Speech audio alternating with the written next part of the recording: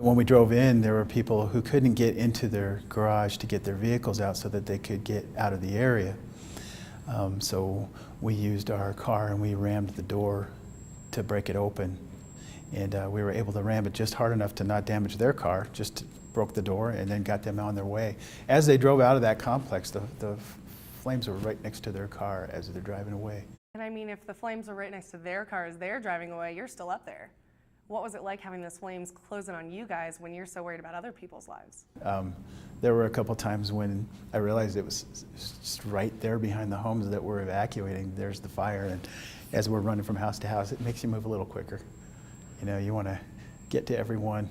And so what we did is we kind of leapfrogged. We'd park our car, run up to the end, and come back toward our car. Whoever got to the car first would move it down again, and we just kept running. And moving the car, we didn't shut it off, especially after we heard that somebody couldn't get their car restarted. And I mean, how hard was it to communicate between each other, though, when one minute you can see everything and then the next minute it's just smoke? When you're in a team of two, you're used to being able to see one another as officers because you cover one another, and so there's always that visual contact. But in this case, we couldn't see each other a lot of the time because the smoke was too thick. It was like nighttime at times, and we would literally yell across the street to one another just to keep track. Did it ever finally hit you that this was a terrible thing that was happening?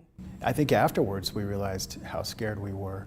And in interviewing everyone who was on my evacuation team, every single one of them called their significant other at one point because they wanted to make sure they talked to them at least one more time.